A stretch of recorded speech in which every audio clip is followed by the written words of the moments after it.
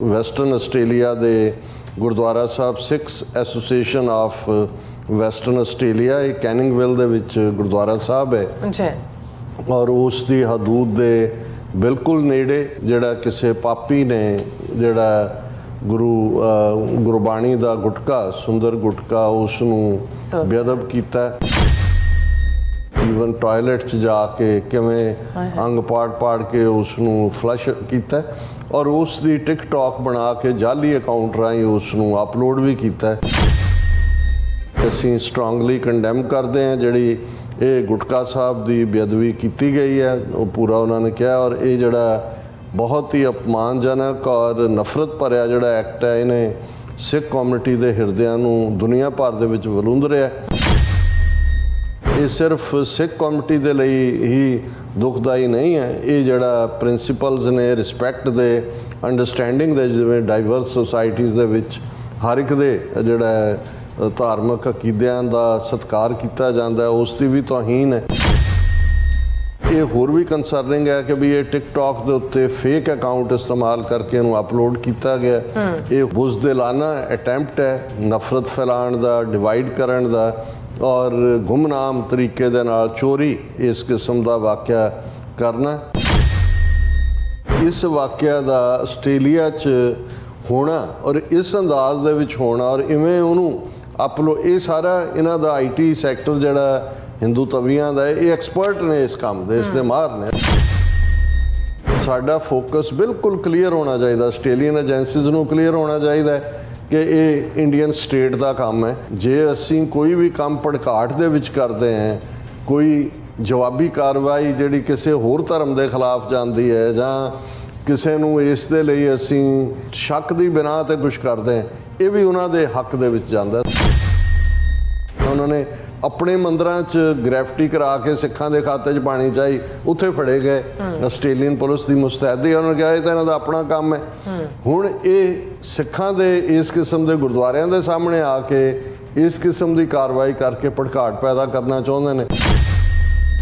ਉਹਨਾਂ ਨੂੰ ਵਾਰਨ ਕਰਨਾ ਚਾਹੀਦਾ ਹੈ ਕਿ ਭਾਈ ਇਹ ਜਿਹੜਾ ਤੁਸੀਂ ਟਰਾਂਸਨੈਸ਼ਨਲ ਰਿਪਰੈਸ਼ਨ ਤੋਂ ਬਾਅਦ ਇਹ ਦੂਸਰਾ ਕੰਮ ਸ਼ੁਰੂ ਕੀਤਾ ਹੈ, ਇਹ ਜਿਹੜਾ ਅਸੀਂ ਆਪਣੇ ਤੇ ਹਮਲਾ ਤਾਂ ਹਾਰ ਸਕਦੇ ਹਾਂ, ਅਸੀਂ ਤਾਂ ਗੁਰੂ ਦੇ ਲਈ ਜਾਨਾਂ ਦੇਣ ਵਾਲੇ ਹਾਂ, ਪਰ ਇਹ ਗੁਰਬਾਣੀ ਦਾ ਅਪਮਾਨ ਜਾਂ ਗੁਰੂ ਗ੍ਰੰਥ ਸਾਹਿਬ ਔਰ ਗੁਰਬਾਣੀ ਦਾ ਨਿਰਾਦਰ ਇਹ ਜਿਹੜਾ ਐਕਸੈਪਟੇਬਲ ਨਹੀਂ ਹੈ।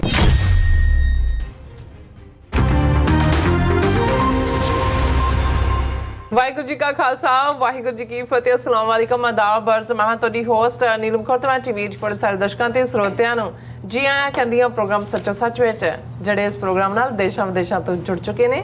ਖਾਲਸਾ ਅਫੇਅਰ ਸੈਂਟਰ ਦੇ ਸੰਚਾਲਕ ਡਾਕਟਰ ਅਮਰਜੀਤ ਸਿੰਘ ਦੀ ਸਟੂਡੀਓ 'ਚ ਮੇਰੇ ਨਾਲ ਸ਼ਾਮਲ ਨੇ। ਉਹਨਾਂ ਨਾਲ ਗੱਲਬਾਤ ਕਰਕੇ ਅੱਜ ਦੇ ਅਹਿਮ ਇਸ਼ੂਜ਼ ਉੱਪਰ ਉਹਨਾਂ ਤੋਂ ਉਹਨਾਂ ਦਾ ਤਜਜ਼ੀਆ ਜਾਣਦੇ ਹਾਂ। ਜੀ ਡਾਕਟਰ ਸਾਹਿਬ ਵਾਹਿਗੁਰੂ ਜੀ ਕਾ ਖਾਲਸਾ ਵਾਹਿਗੁਰੂ ਜੀ ਕੀ ਫਤਿਹ। ਹਾਂ ਜੀ ਨੀਲਮ ਕੌਰ ਜੀ ਤੁਹਾਨੂੰ ਵੀ ਤੇ ਦੁਨੀਆ ਭਰ 'ਚ ਬੈਠੇ ਸਾਡੇ ਬਹੁਤ ਹੀ ਪਿਆਰੇ ਸੋਹਣੇ ਸਿਆਣੇ TV 84 ਦੇ ਵਿਊਅਰਸ ਨੂੰ ਵੀ ਵਾਹਿਗੁਰੂ ਜੀ ਕਾ ਖਾਲਸਾ ਵਾਹਿਗੁਰੂ ਜੀ ਕੀ ਫਤਿਹ। ਸਾਡੇ ਬਹੁਤ ਹੀ ਪਿਆਰੇ ਮੁਸਲਮਾਨ ਭੈਣਾਂ ਭਰਾਵਾਂ ਨੂੰ अस्सलाम वालेकुम।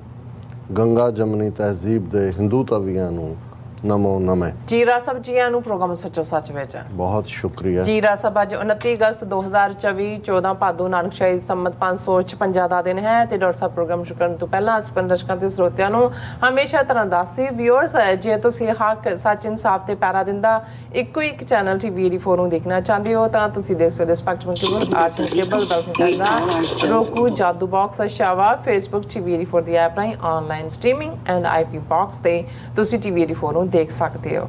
ਵਿਊਅਰਸ ਜੇ ਤੁਸੀਂ TV 84 ਨਾਲ ਜੋ ਪ੍ਰੋਗਰਾਮ ਸੱਚੋ ਸੱਚ ਨਾਲ Facebook ਰਾਹੀਂ ਜੁੜੇ ਹੋ ਤਾਂ ਵੱਧ ਲਾਈਕ ਕਰੋ ਤੇ ਸ਼ੇਅਰ ਕਰੋ ਅਤੇ ਨਾਲ ਹੀ YouTube ਤੇ ਸਬਸਕ੍ਰਾਈਬ ਵੀ ਕਰੋ।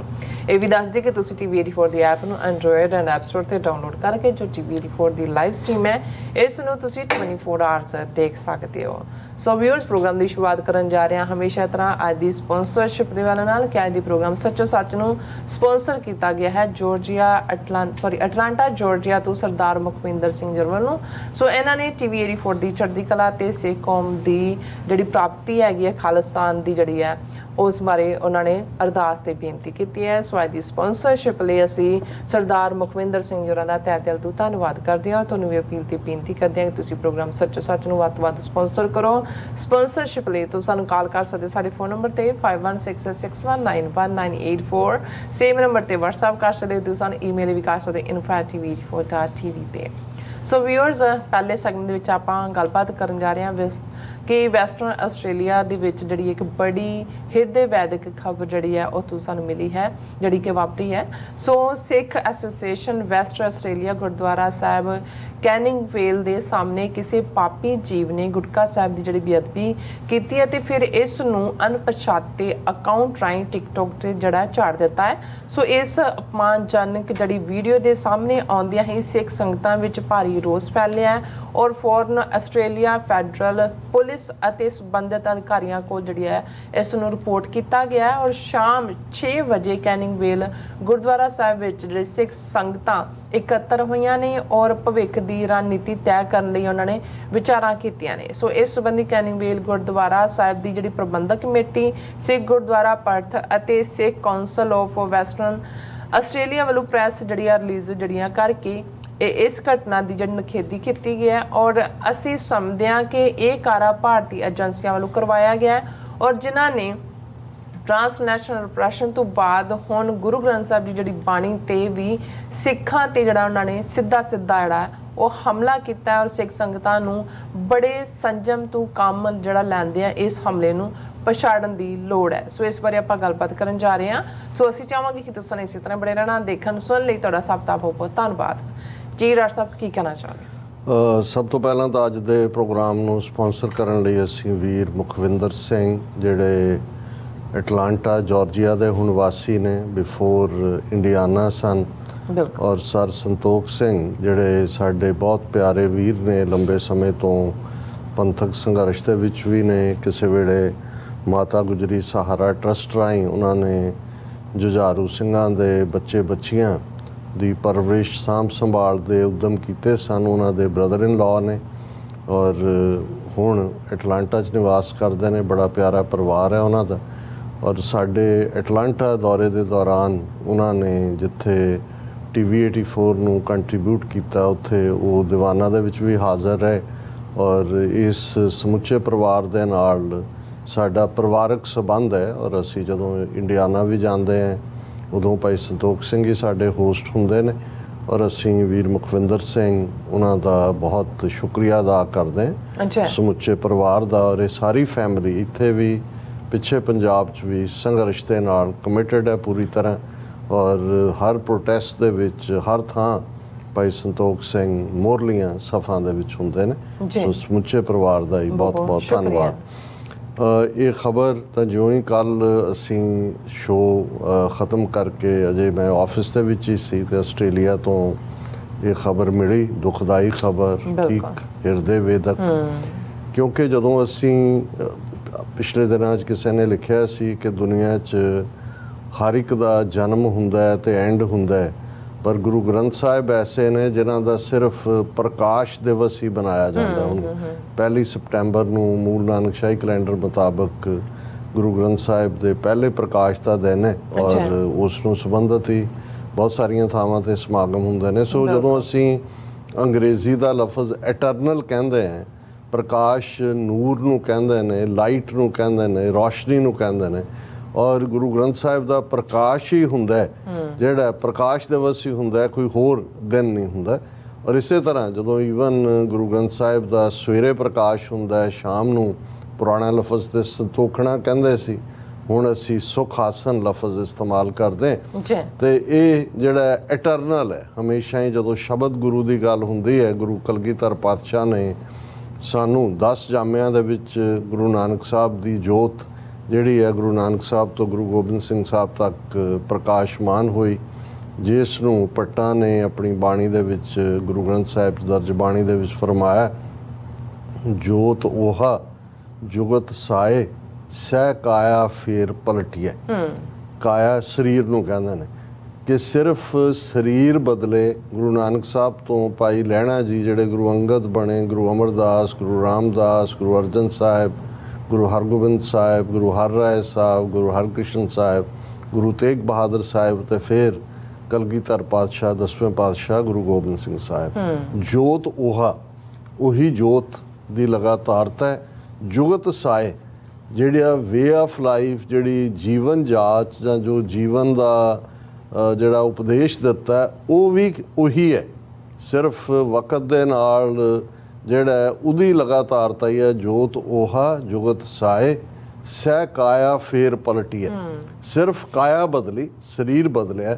ਔਰ ਇਹੀ ਗੱਲ ਜਦੋਂ 6ਵੇਂ ਪਾਤਸ਼ਾਹ ਗੁਰੂ ਹਰਗੋਬਿੰਦ ਸਾਹਿਬ ਨੂੰ ਮੀਰੀ ਪੀਰੀ ਦੀਆਂ 2 ਤਲਵਾਰਾਂ ਬਾਬਾ ਬੁੱਢਾ ਜੀ ਨੇ ਸਜਾਈਆਂ, ਅਕਾਲ ਤਖਤ ਦੀ ਸਿਰਜਣਾ ਹੁੰਦੀ ਹੈ, ਤੇ ਉਹਦੇ 'ਚ ਵੀ ਜਦੋਂ ਭਾਈ ਗੁਰਦਾਸ ਜਿਹੜੇ ਜਿਨ੍ਹਾਂ ਨੇ ਪਹਿਲਾ ਸਰੂਪ ਜਿਹਨੂੰ ਅਸੀਂ ਆਦਿ ਬੀੜ ਗੁਰੂ ਗ੍ਰੰਥ ਸਾਹਿਬ ਕਹਿੰਦੇ ਹਾਂ, ਉਸ ਦੇ ਸਕਰਾਈਬ ਨੇ, ਲਿਖਾਰੀ ਨੇ, ਤੇ ਉਹਨਾਂ ਦੀ ਕਲਮ ਚੱਲੀ 5 ਪਿਆਲੇ 5 ਪੀਰ, ਛਠਮ ਪੀਰ ਬੈਠਾ ਗੁਰ ਭਾਰੀ, ਅਰਜਨ ਕਾਇਆ ਪਲਟ ਕੇ ਮੂਰਤ ਹਰਗੋਬਿੰਦ ਸਵਾਰੀ।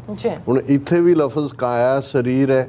ਕਿਸੇ ਨੂੰ ਇਹ ਭੁਲੇਖਾ ਨਾ ਹੋਏ ਕਿ ਪਹਿਲੇ 5 ਗੁਰੂ ਸਾਹਿਬਾਨ ਦੀ ਵਿਚਾਰਧਾਰਾ ਦੇ ਵਿੱਚ ਤਖਤ ਜਾਂ 2 ਤਲਵਾਰਾਂ ਜਾਂ ਦੂਸਰਾ ਨਹੀਂ ਸੀ। ਹਾਲਾਂਕਿ ਗੁਰਬਾਣੀ ਤਾਂ ਗੁਰੂ ਨਾਨਕ ਸਾਹਿਬ ਨੇ ਹੀ ਉਸ ਦੀ ਜਿਹੜੀ ਹੈ ਰਾਜਯੋਗ ਦਾ ਕਨਸੈਪਟ ਦਿੱਤਾ ਹੋਇਆ, ਪਰ ਕਿਉਂਕਿ ਵਿਜ਼ੀਬਲੀ ਉਸ ਨੂੰ ਇੰਸਟੀਟਿਊਸ਼ਨਲਾਈਜ਼ ਕਰਨਾ ਅਕਾਲ ਤਖਤ ਦੇ ਰੂਪ 'ਚ, ਮੀਰੀ ਪੀਰੀ ਦੇ ਰੂਪ 'ਚ, ਔਰ ਜਿੱਥੇ ਸੰਗਤ ਕਾਰ ਭੇਟ ਜਾਂ ਦਸਵੰਧ ਭੇਟ ਕਰਦੀ ਸੀ, ਉੱਥੇ ਇਹ ਪਹਿਲਾ ਹੁਕਮਨਾਮਾ 6ਵੇਂ ਪਾਤਸ਼ਾਹ ਦਾ ਹੁੰਦਾ ਹੈ। ਵਧੀਆ ਜਵਾਨੀ, ਵਧੀਆ ਘੋੜਾ, ਵਧੀਆ ਸ਼ਸਤਰ। ਸੋ ਇਹ ਕਿਸੇ ਨੂੰ ਭੁਲੇਖਾ ਨਾ ਹੋਏ ਕਿ ਪਹਿਲੇ ਗੁਰੂ ਸਾਹਿਬਾਨ ਦਾ ਜਿਹੜਾ ਉਪਦੇਸ਼ ਆ, ਉਹਨਾਂ ਦਾ ਮੈਸੇਜ ਡਿਫਰੈਂਟ ਸੀ ਤੇ ਹੁਣ ਕੋਈ ਮੈਸੇਜ ਬਦਲਿਆ। ਸੋ ਉਹੀ ਜਿਹੜੇ ਨੇ ਰਾਏ ਸੱਤਾ ਤੇ ਬਲਵੰਡ, ਉਹਨਾਂ ਦੀ ਜਿਹੜੀ ਬਾਣੀ ਦੀ ਇਹ ਸੀ ਕਿ ਜੋਤ ਜੁਗਤ ਸਾਏ ਸਹਿ ਕਾਇਆ ਫੇਰ ਪਲਟੀ ਹੈ, ਕਿ ਭਾਈ ਸਿਰਫ ਸਰੀਰ ਬਦਲਿਆ। ਸੋ ਇੱਥੇ ਵੀ ਅਰਜਨ ਕਾਇਆ ਪਲਟ ਕੇ ਮੂਰਤ ਹਰਗੋਬਿੰਦ ਸਵਾਰੀ, ਕਿ ਉਹੀ ਗੁਰੂ ਅਰਜਨ ਸਾਹਿਬ ਦੀ ਜੋਤ ਪ੍ਰਕਾਸ਼ਮਾਨ ਹੋਈ ਹੈ ਗੁਰੂ ਹਰਗੋਬਿੰਦ ਸਾਹਿਬ ਦੇ ਵਿੱਚ, ਔਰ ਉਹੀ ਕੰਟੀਨਿਊਟੀ ਹੈ। ਸੋ 10ਵੇਂ ਪਾਤਸ਼ਾਹ ਜੋਤੀ ਜੋਤ ਸਮਾਨ ਤੋਂ ਪਹਿਲਾਂ ਸਭ ਸਿੱਖਣ ਕੋ ਹੁਕਮ ਹੈ ਗੁਰੂ ਮਾਨਿਓ ਗ੍ਰੰਥ। ਇਸ ਲਈ ਬੇਸ਼ੱਕ ਜਦੋਂ ਅਸੀਂ ਗੁਰੂ ਗ੍ਰੰਥ ਸਾਹਿਬ ਦਾ ਜਿਵੇਂ ਇੱਕ ਦੁਨਿਆਵੀ ਪਾਤਸ਼ਾਹਾਂ ਦੇ ਕੋਲ ਚਵਰ ਛਤਰ ਤਖਤ ਹੁੰਦਾ, ਅਸੀਂ ਰੂਹਾਨੀਅਤ ਦੀ ਦੁਨੀਆ ਦੇ ਪਾਤਸ਼ਾਹਾਂ ਦੇ ਪਾਤਸ਼ਾਹ ਗੁਰੂ ਗ੍ਰੰਥ ਸਾਹਿਬ ਉਹ ਚਵਰ ਛਤਰ ਤਖਤ ਦੇ ਮਾਲਕ ਨੇ। ਉਹਨਾਂ ਨੂੰ ਐਡਰੈਸ ਕਰਨ ਲੱਗੇ ਵੀ ਚਵਰ ਛਤਰ ਤਖਤ ਦੇ ਮਾਲਕ ਕਿਹਾ ਜਾਂਦਾ। ਔਰ ਇਹ ਗੁਰੂ ਗੋਬਿੰਦ ਸਿੰਘ ਸਾਹਿਬ ਨੇ ਫਰਮਾਇਆ ਕਿ ਹੁਣ ਤੋਂ ਬਾਅਦ ਕੋਈ ਸਰੀਰਕ ਰੂਪ ਦੇ ਵਿੱਚ ਉਹ ਮਿਸ਼ਨ ਜੋ ਗੁਰੂ ਨਾਨਕ ਸਾਹਿਬ ਨੇ ਸ਼ੁਰੂ ਕੀਤਾ ਉਹ ਮੁਕੰਮਲ ਹੋ ਗਿਆ ਸੀ 1699 ਈਸਵੀ ਦੀ ਵਿਸਾਖੀ ਨੂੰ 5 ਪਿਆਰਿਆਂ ਦੇ ਰੂਪ 'ਚ, ਜਿੱਥੇ ਮੀਰੀ ਔਰ ਪੀਰੀ ਟੁਗੈਦਰਨੈਸ ਦੇ ਨਾਲ ਆ ਜਾਂਦੇ ਨੇ, ਅਨਸੈਪਰੇਬਲ ਨੇ। ਬਹੁਤ ਵਾਰ ਮੈਨੂੰ ਇਹ ਲੱਗਦਾ ਹੁੰਦਾ ਸੀ ਜਿਹੜੇ ਪਹਿਲੇ ਸਾਡੇ ਰਬਾਬੀ ਜਿਹੜੇ ਢਾਡੀ ਬਣਦੇ ਨੇ, ਭਾਈ ਨੱਥਾ ਤੇ ਅਬਦੁੱਲਾ, ਤੇ ਉਹਨਾਂ ਦੀ ਜਿਹੜੀ ਉਹਨਾਂ ਨੇ ਪਹਿਲੀ ਵਾਰ ਕਹੀ ਅਕਾਲ ਤਖਤ ਤੇ, ਤਾਂ ਉਹਨਾਂ ਕਿਹਾ ਸੀ ਉਸ 2 ਤਲਵਾਰੀ ਬੱਧੀਆਂ, ਇੱਕ ਮੀਰੀ ਦੀ ਇੱਕ ਪੀਰੀ ਦੀ। ਤੇ ਮੈਨੂੰ ਹਮੇਸ਼ਾ ਇਹ ਲੱਗਦਾ ਸੀ ਕਿ ਤਲਵਾਰਾਂ ਪਹਿਨੀਆਂ ਜਾਂਦੀਆਂ ਨੇ, ਬੱਧਣ ਦਾ ਕੀ ਕੰਮ ਹੈ? ਬੱਧਣਾ ਅਸੀਂ ਬੰਨਣ ਨੂੰ ਕਹਿੰਦੇ ਨੇ, ਬੱਝਣ ਨੂੰ ਕਹਿੰਦੇ ਨੇ। ਹੁਣ ਇਹ ਹੈ ਕਿ ਵੀ ਇਹ ਜਿਹੜੇ ਜਦੋਂ ਤਲਵਾਰਾਂ ਮੀਰੀ ਪੀਰੀ ਦੀਆਂ ਬੰਨਣ ਦੀ ਗੱਲ ਹੈ, ਇਹਦਾ ਮਤਲਬ ਇਹ ਹੈ ਕਿ ਸਿੱਖੀ ਫਲਸਫੇ ਦੇ ਵਿੱਚ, ਸਿੱਖੀ ਕਾਨਸੈਪਟ ਦੇ ਵਿੱਚ, ਸਿੱਖੀ ਸਿਧਾਂਤ ਦੇ ਵਿੱਚ ਮੀਰੀ ਤੇ ਪੀਰੀ ਇਨਸੈਪਰੇਬਲ ਨੇ।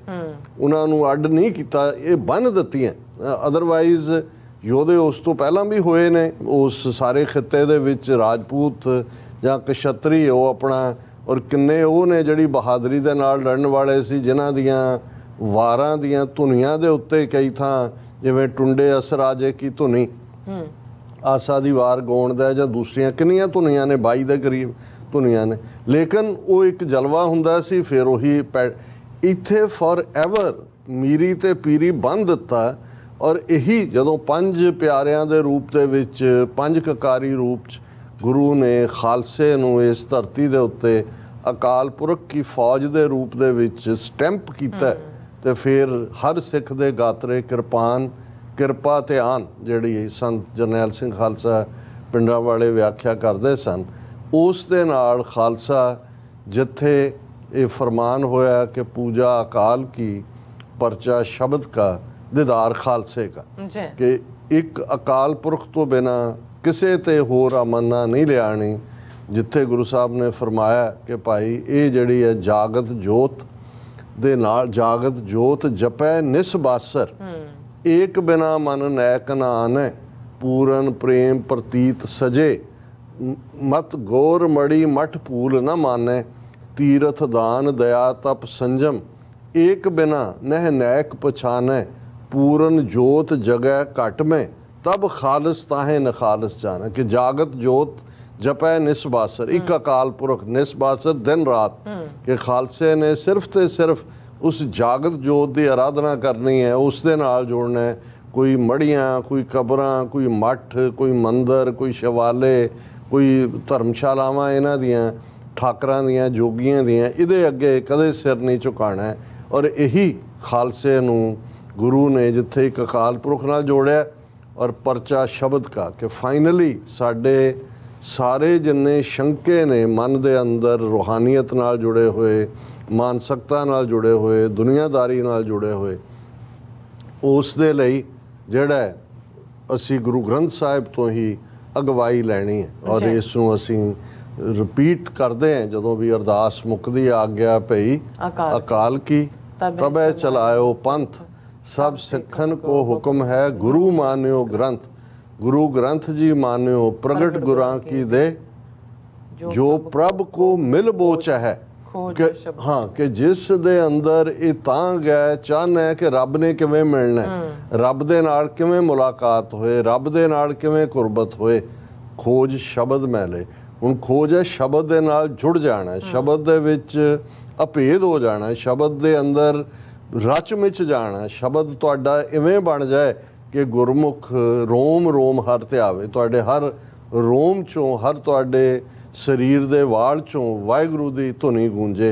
और ये है पर नाल राज करेगा खालसा आकी रह ना कोई ख्वार होए सब मिलेंगे बचे शरण जो होए।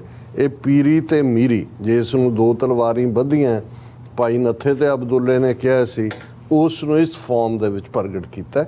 और साडा इतिहास 1708 ਦੇ ਵਿੱਚ ਗੁਰੂ ਕਲਗੀਧਰ ਪਾਤਸ਼ਾਹ ਜੋਤੀ ਜੋਤ ਸਮਾਉਂਦੇ ਨੇ।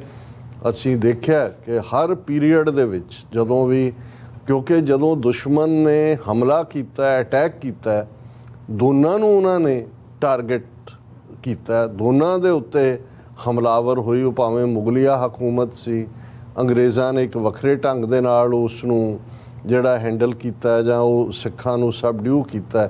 ਔਰ ਪਿਛਲੇ 77 ਸਾਲਾਂ ਤੋਂ ਜੇ ਹਿੰਦੂ ਤਵੀ ਬ੍ਰਾਹਮਣਵਾਦੀ ਹਾਕਮਾਂ ਵੱਲ ਦੇਖੀਏ ਤੇ ਇਹਨਾਂ ਨੇ ਪਹਿਲੇ ਦਿਨ ਤੋਂ ਹੀ ਬਿਲਕੁਲ ਕਲੀਅਰਲੀ ਬ੍ਰਾਹਮਣ ਨੂੰ ਬਿਲਕੁਲ ਚੰਗੀ ਤਰ੍ਹਾਂ ਪਤਾ ਸੀ ਕਿ ਗੁਰੂ ਗ੍ਰੰਥ ਸਾਹਿਬ ਜਿਹਨੂੰ ਕਦੇ ਇਹਨਾਂ ਨੇ ਆਪਣੇ 'ਚ ਸਿੱਖਾਂ ਨੂੰ ਲੈਣ ਲਈ ਇਹ ਵੀ ਆਫਰ ਕੀਤਾ ਸੀ ਕਿ ਜੀ ਜੇ ਸਿੱਖ ਚਾਹਣ ਤੇ ਅਸੀਂ ਇਸ ਨੂੰ 5ਵੇਂ ਵੇਦ ਦਾ ਦਰਜਾ ਦੇ ਸਕਦੇ ਹਾਂ।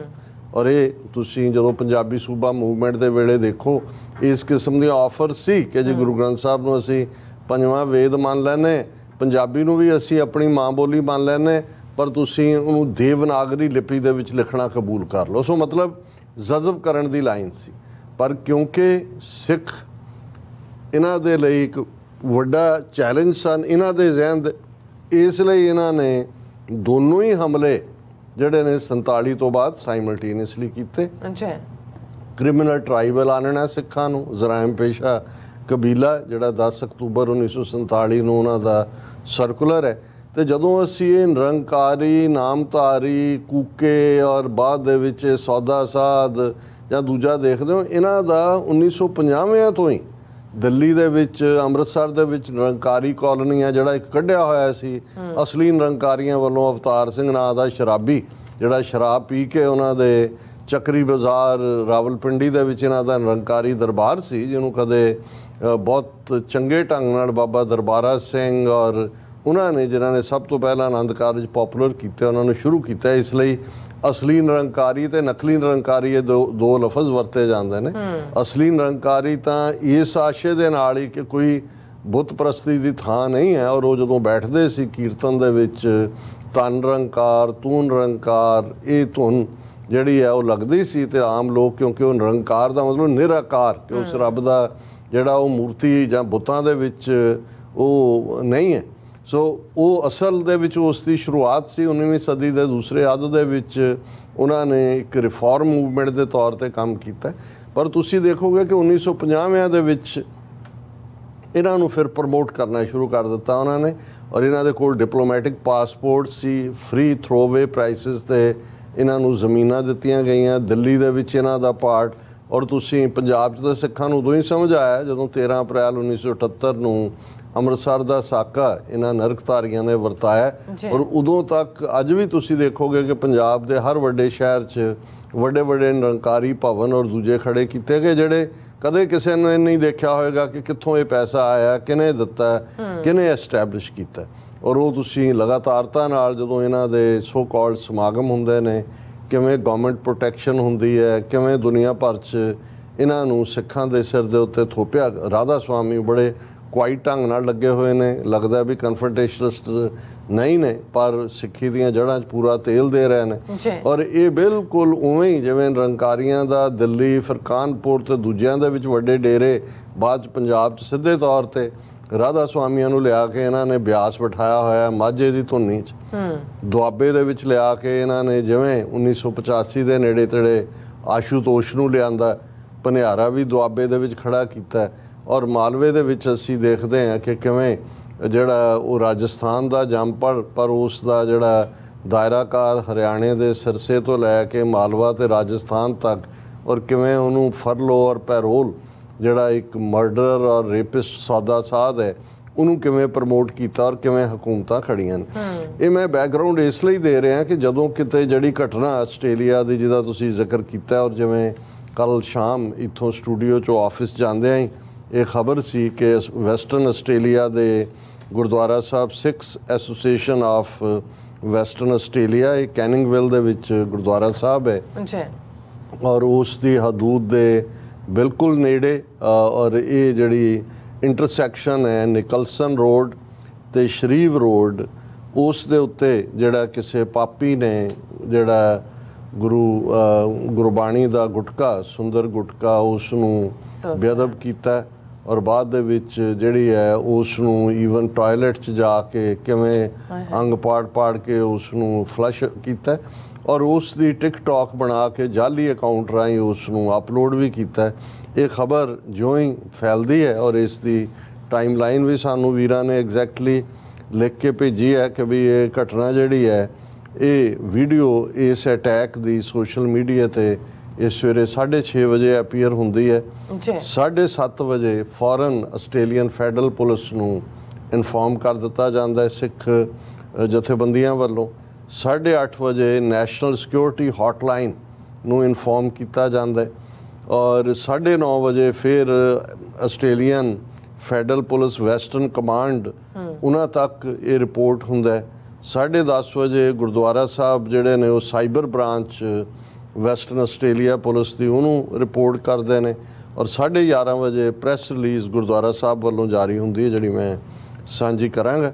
ਫਿਰ 12 ਵਜੇ ਦੇ ਕਰੀਬ ਡਿਪਾਰਟਮੈਂਟ ਆਫ ਹੋਮ ਅਫੇਅਰਸ ਨੂੰ ਰਿਪੋਰਟ ਕੀਤਾ ਜਾਂਦਾ ਹੈ, ਔਰ 12:30 ਵਜੇ ਸਟੇਟ ਮਿਨਿਸਟਰ ਆਫ ਪੁਲਿਸ ਨੂੰ ਰਿਪੋਰਟ ਕੀਤਾ ਜਾਂਦਾ ਹੈ।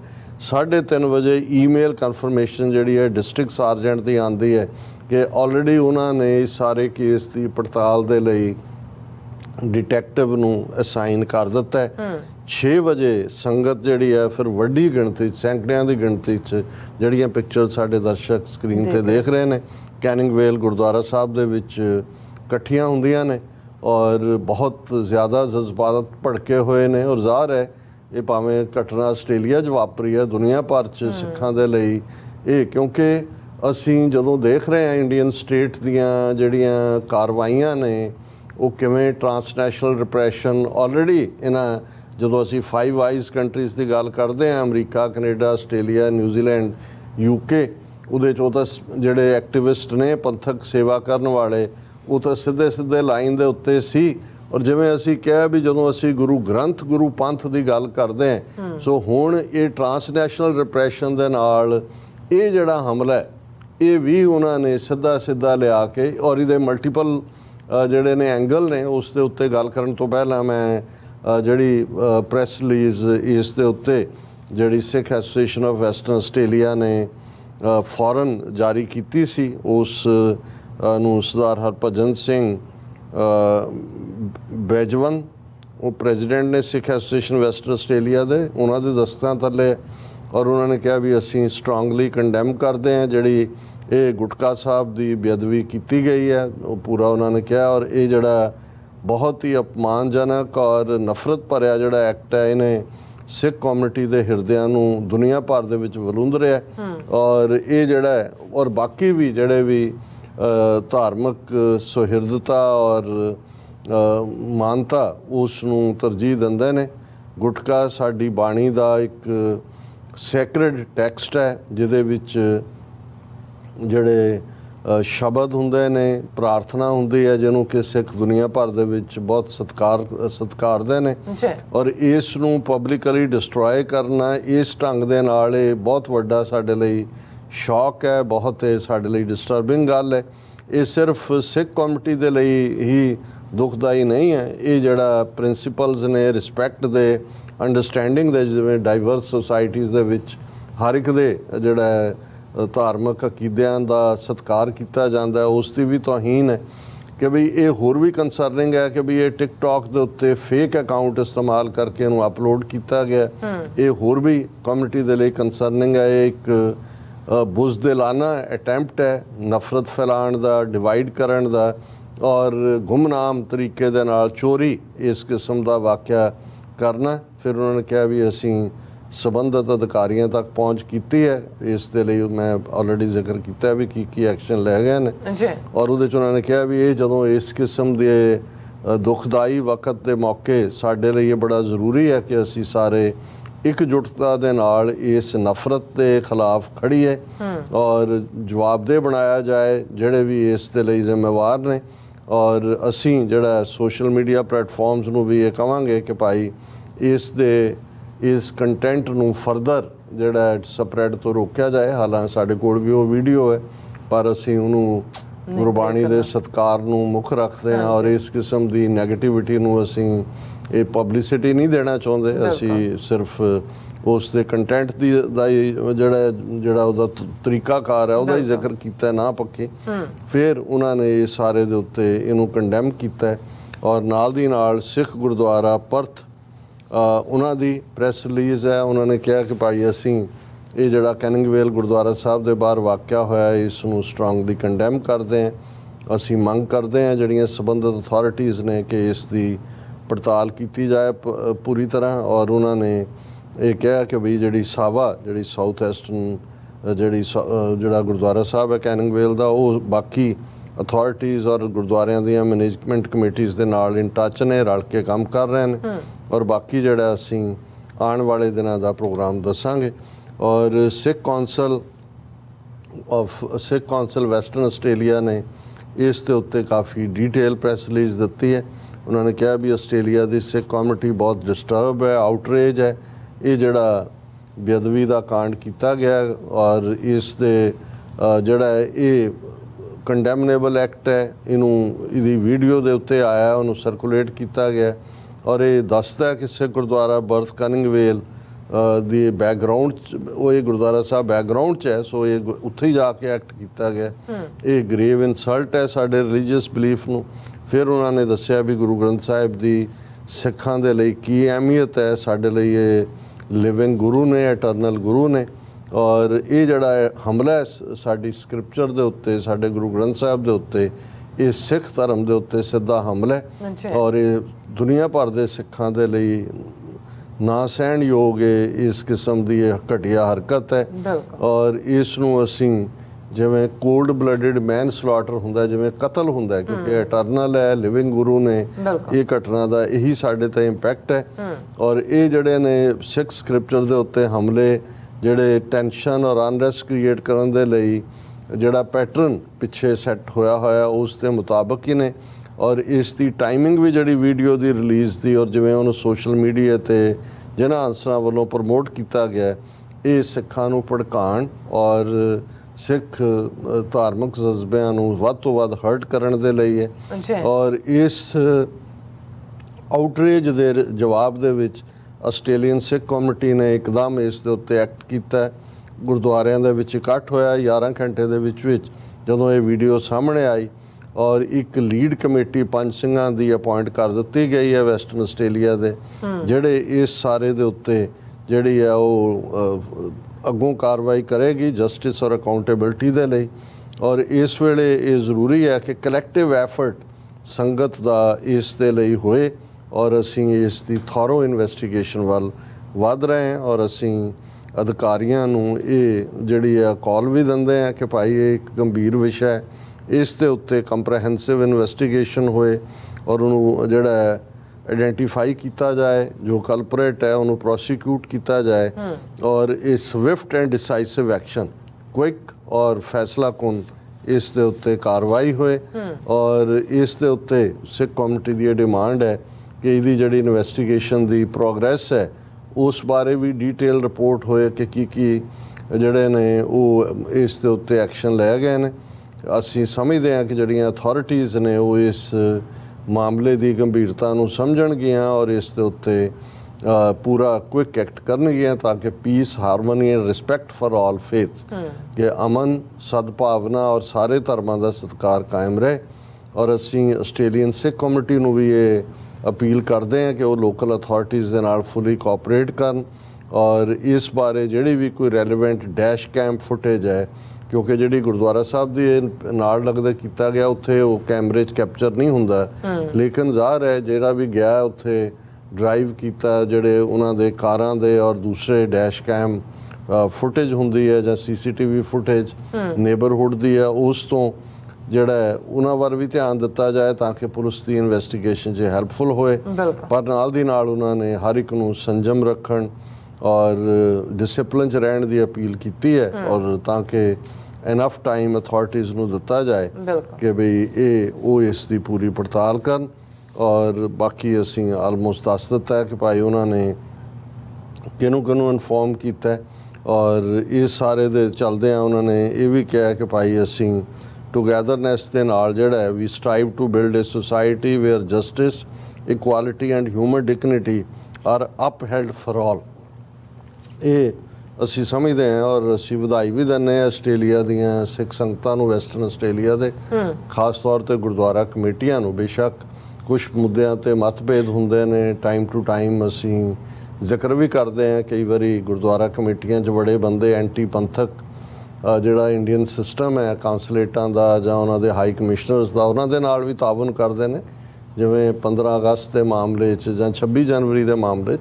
ਪਰ ਅਲਟੀਮੇਟਲੀ ਅਸੀਂ ਸਾਰੇ ਗੁਰੂ ਕੇ ਸਿੱਖ ਹਾਂ, ਗੁਰੂ ਗ੍ਰੰਥ ਸਾਹਿਬ ਅੱਗੇ ਅਸੀਂ ਨਤਮਸਤਕ ਹੁੰਦੇ ਹਾਂ। ਔਰ ਇਹ ਗੁਰੂ ਗ੍ਰੰਥ ਸਾਹਿਬ ਦੇ ਉੱਤੇ ਹਮਲਾ ਗੁਰਬਾਣੀ ਗੁਟਕਾ ਰੂਪ 'ਚ ਹੈ ਜਾਂ ਕਿਸੇ ਹੋਰ ਫਾਰਮ ਕਿਤੇ ਵੀ ਜਦੋਂ ਇਸ ਕਿਸਮ ਦਾ ਅਪਮਾਨ ਹੁੰਦਾ ਹੈ ਤਾਂ ਇਹ ਜਿਹੜਾ ਹੈ ਉਹ ਸਾਡੇ ਲਈ ਹਿਰਦੇ ਵਲੂੰਦਰਨ ਵਾਲੀ ਗੱਲ ਹੁੰਦੀ ਹੈ।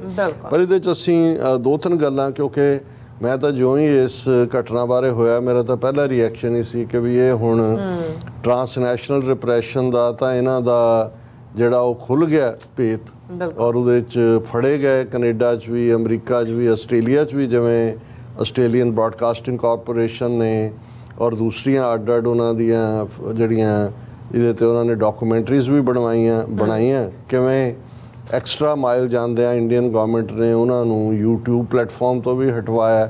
ਔਰ ਉਸ ਦੇ ਵਿੱਚ ਆਇਆ ਵੀ ਈਵਨ, ਕਿਉਂਕਿ ਜਦੋਂ ਅਸੀਂ ਅਮਰੀਕਾ ਜਾਂ ਕੈਨੇਡਾ ਜਾਂ UK ਦੀ ਗੱਲ ਕਰਦੇ ਹਾਂ, ਆਸਟ੍ਰੇਲੀਆ ਵੀ ਇਕੁਅਲੀ ਟਰਾਂਸਨੈਸ਼ਨਲ ਰਿਪਰੈਸ਼ਨ ਦੀ ਮਾਰ ਥੱਲੇ ਆ ਇੰਡੀਅਨ ਸਿਸਟਮ ਵੱਲੋਂ।